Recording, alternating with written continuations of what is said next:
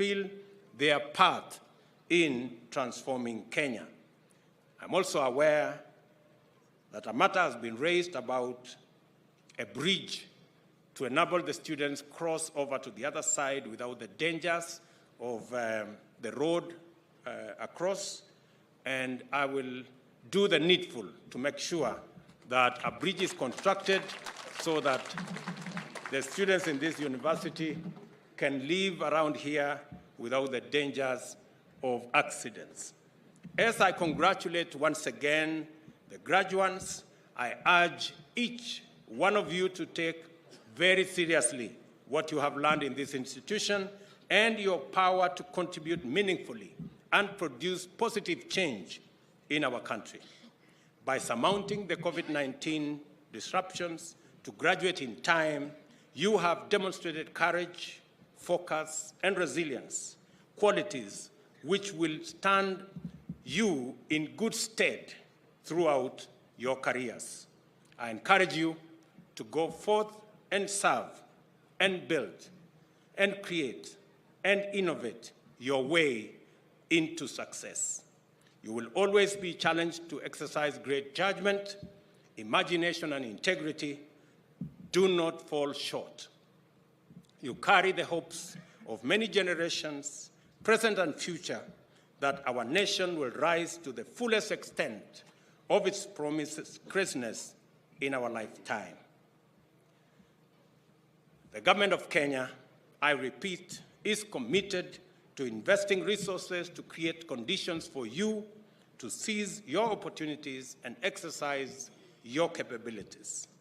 When the time comes, go for it and do your best.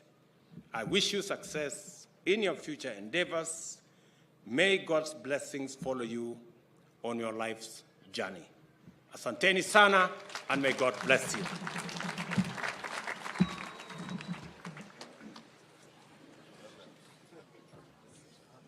Ladies and gentlemen, a round of applause to His Excellency the President. The PM of Professor Rice, Asante. And now the conferment of Honoris Causa, one of Vice Chancellor, sir.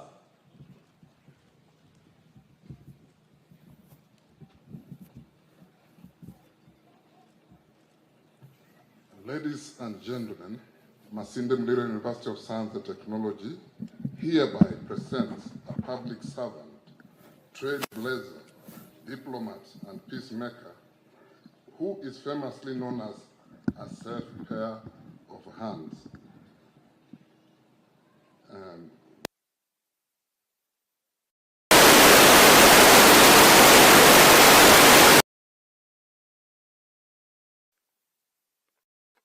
Musalia Mudavadi, EGH, the son of a prominent politician of his time, was born in Sabatia on 21st, 1960.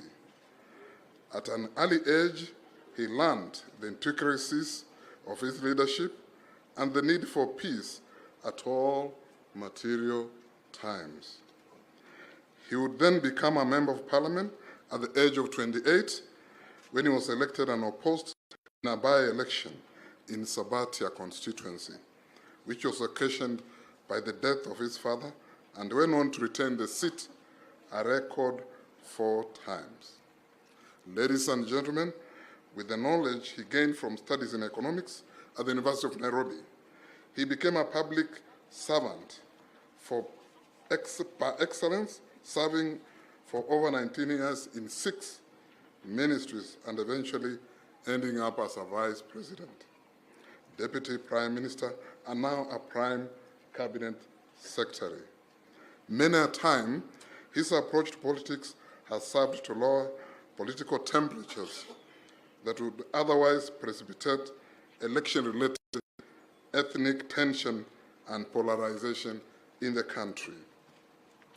The lowering of political temperatures prescribes and instills positive peace as it builds on societal attitudes that foster lasting peace. He intrinsically exhibits non-aggressive and non-violent behavior in his career and political life.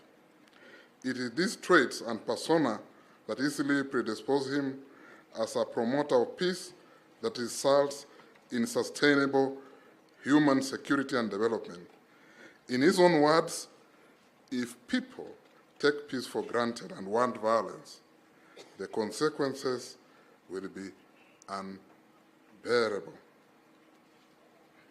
His Excellency Wycliffe Musalia Mudavadi, EGH, was raised by a Quaker Christian. This undoubtedly influenced his life in many respects to expose humility, pessimism, and the trustworthiness on which peace building is grounded. The Quaker faith values include simplicity, peace, integrity, community, equality, and stewardship. His Christian upbringing accounts for a disciplined and pragmatic approach that has earned him the moniker of the gentleman of Kenyan politics. Ladies and gentlemen, Kenyans remember with trepidation the ravaged economy in the 1990s. Regarded as one of the finest finance ministers, he is credited with saving the country from runaway inflation and judiciously stabilizing the economy of this country, which was in tatters. Guided by sustainability ideals, in less than 5 years, between January 1993 and December 1997, he ended the notorious pillaging at the Central Bank of Kenya, reduced inflation rate from 50% to a single digit, and was able to establish the autonomy of the Central Bank of Kenya that laid the foundation for managing the domestic debt. The pinnacle of his peacemaking effort was demonstrated when he was named the team leader of the audience side in the Kofi Annan mediation team during the 2007 to 2008 post-election violence in Kenya. He was the chairman of the Orange Rights Movement Continent, what became known as the Serena Corps.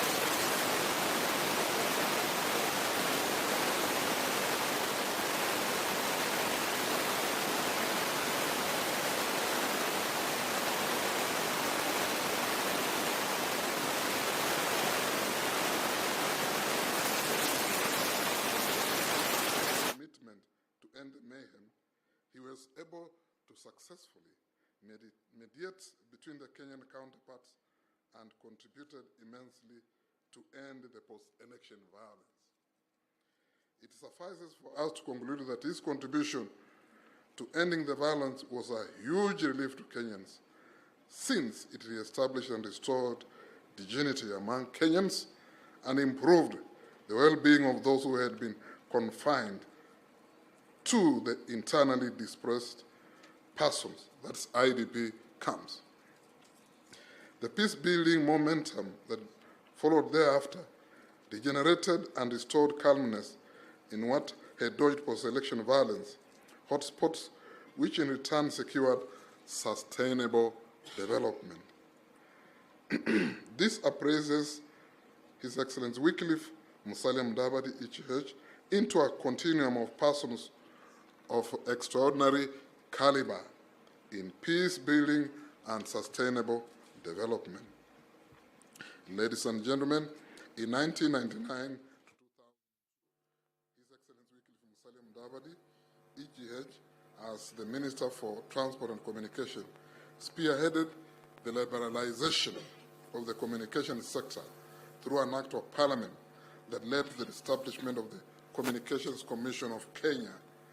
Through this act of boldness and innovation towards an open and competitive telecommunications market, he put in place instruments and infrastructure for improved communications and e-commerce. Kenyans can now gladly enjoy over 50 television stations and 190 radio stations and mobile phone operations, which has changed their lives in many ways, including provision of employment opportunities, increased business prospects through advertisements, and increased democratic space, among others. These avenues of sustainable livelihoods have created and secured trajectories for sustainable development and expanded space to propagate peace-building initiatives. His Excellency Wycliffe Mudavadi, EGH, while serving as the Minister of Local Government, is credited with the introduction of sessional paper on devolved government under the Constitution of Kenya 2010 to address equitable sharing of public resources. The paper lay guidelines on the implementation of mechanism for devolved system of government as envisaged in the Constitution of Kenya 2010 and the administrative actions needed to implement the devolved system of government. It is through this paper that the foundation on how devolution will develop robust governance and economic institutions with relevant dimension to nurture a cohesive and united Kenya was developed. The implementation process and the risk management framework is also documented in the paper. Throughout his life, Wycliffe Mudavadi, EGH, has advocated for poverty alleviation through improvement of education, provision of health facilities, and economic investment of programs. He has collaborated with international organizations to promote and implement development projects in education, entrepreneurship, youth, and peace initiatives. The Mudavadi Memorial Foundation Trust Fund has responded to many societal needs through one-on-one donations, mobilized seed capital, and capacity building to nurture entrepreneurial culture among those targeted for interventions. The trust focuses on individuals' development and well-being, but not limited to education, health, and socioeconomic development. It can safely be concluded that it has touched many lives, hence led to improved human security, which is very critical for sustainable peace and development. His Excellency Wycliffe Mudavadi, EGH, has therefore distinguished himself as a benevolent personality through humanitarian assistance and has become an indispensable element of the force that binds people together and gives hope to many. According to him, there is no dignity in poverty. Poverty is dehumanizing, and we must work towards eliminating poverty through equitable allocation of natural resources. Ladies and gentlemen, pursuant to the Masinde Muliro University of Science and Technology, Statute 47, Section 1(4), and Statute 48, Section 1(5), and in recognition of these immense accomplishments in peace and sustainable development, his tangible achievement as a person and as a public officer, exemplary service to humanity, extensive benevolence, and charity